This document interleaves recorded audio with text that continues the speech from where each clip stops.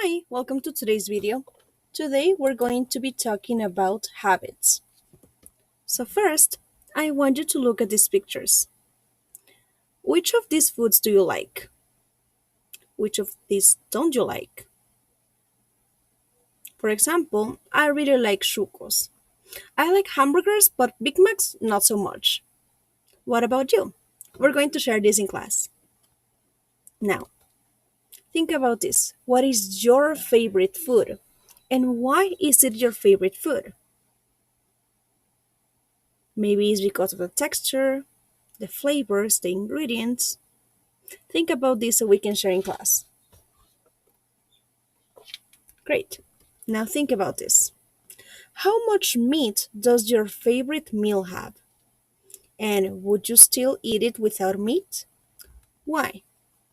For example, if your favorite food is ceviche, would you eat ceviche without fish? Or if you like pasta, would you eat pasta but without meat? Think about this. Well, today we're going to be reading about a girl who changed her habits. So, I want you to please go to student book page 46. Please read the article and find out these three things. A. Jessica's reasons for wanting to become a vegetarian. B. Jessica's current diet, what she eats normally. And C. What steps Richard recommends when changing one's diet. Pause your video while you read and then come back once you have the answers. Okay, let's go ahead and check. So, Jessica wants to become a vegetarian because of her concern for the environment. But right now, she eats steaks, hamburgers, fish, and chips.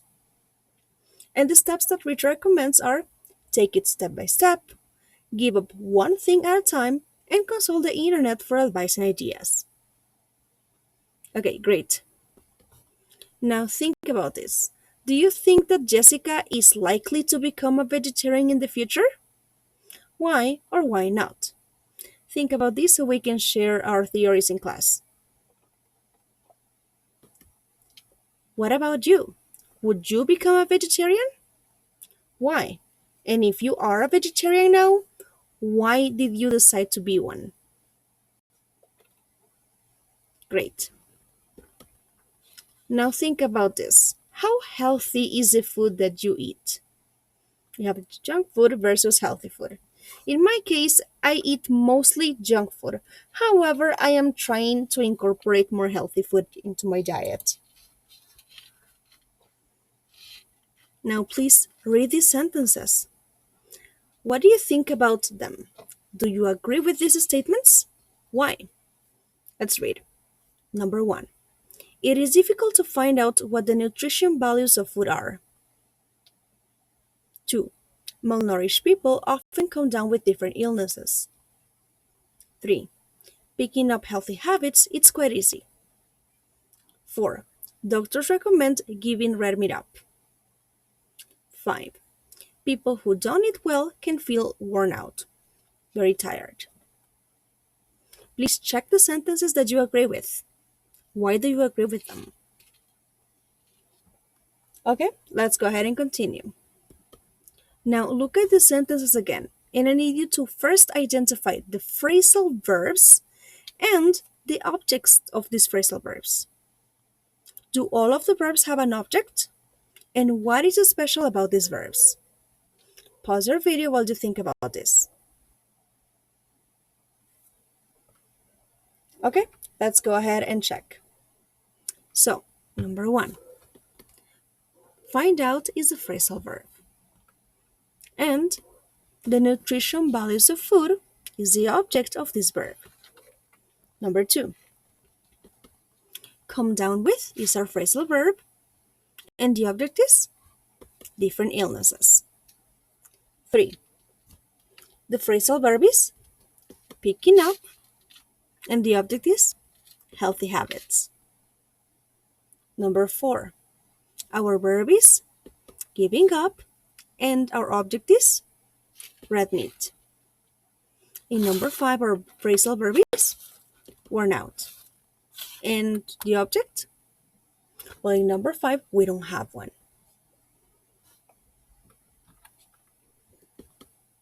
And what is special about these verbs is that they are phrasal verbs. They have 2 or 3 words. Most of them in this case have an object, but not all of them. So let's go ahead and check why. So today we're going to be talking about transitive and intransitive verbs. Let's talk about transitive ones. Please look at the examples. It is difficult to find out the nutrition values. It is difficult to find the nutrition values out. Malnourished people come down with different illnesses.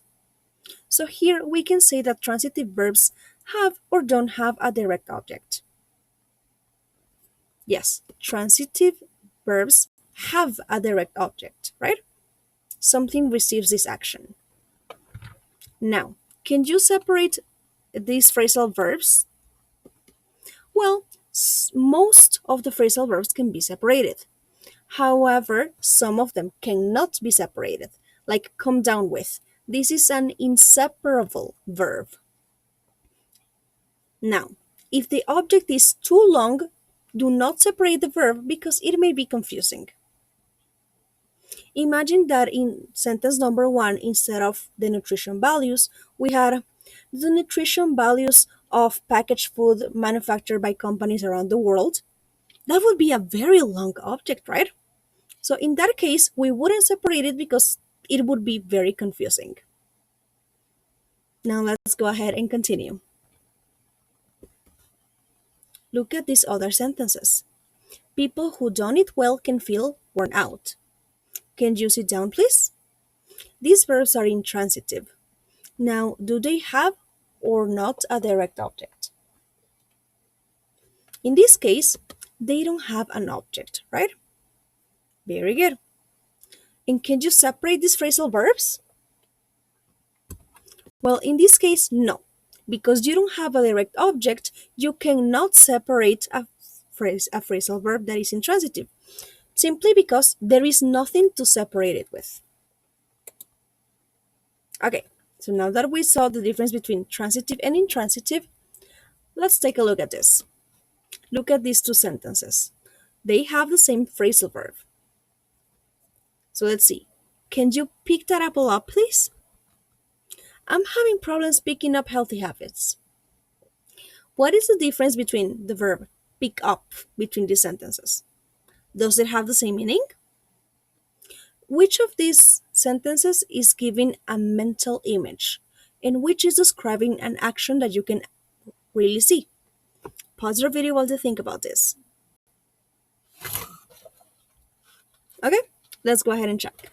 So, if you notice, the second sentence, I am having problems picking up healthy habits, is giving me a mental image. And the one that is describing an action that I can see is, can you pick that apple up, please? A lot of times, phrasal verbs can have different meanings. Some of the meanings are going to be literal, like pick the apple up, but sometimes they are not.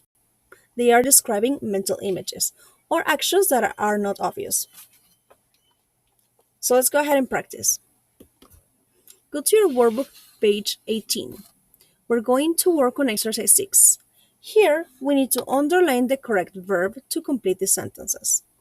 Letter A is already done for you. I don't really feel up to doing any exercise today. Can we put it off until tomorrow? Feel up to doing, in this case, says want to do. Letter B. Jamie is incredible. He gives or picks things up so quickly. He learned to surf in a day.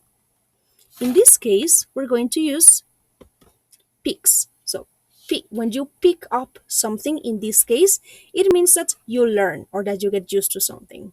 Now pause your video and work on the rest. Okay, let's go ahead and check. Letter C. I am really trying hard to give up chocolate. I eat way too much and it's really bad for me. Give up is when you stop doing something. D. He walked out the door onto the street and lit up his last cigarette. Lit up is to put fire into something. E. What does this mean? I don't know. Look it up in a dictionary. Search for it. F. Hey, can you slow down a little, please? I can't keep up with you. You're running too fast. I cannot run at the same speed as you. G. Quick! I need to come up with a good excuse for not playing soccer tonight. Come up with means to invent or think about something. H. Have you ever thought about taking up a new sport? Trying, starting? Great. Now, please continue working on page 18 in the workbook, this time exercise 7. Here we're going to write the words in bold in the correct order. Let's do letter A. I am not feeling very well. I think I am coming down with something. I'm getting sick. B. Learning the facts about smoking, really? Here we're going to write put me off. Like it disencouraged me from continue smoking. Great job. Now pause our video and work on the rest. Okay guys, we're going to check this exercise during class. I will see you then. Bye bye.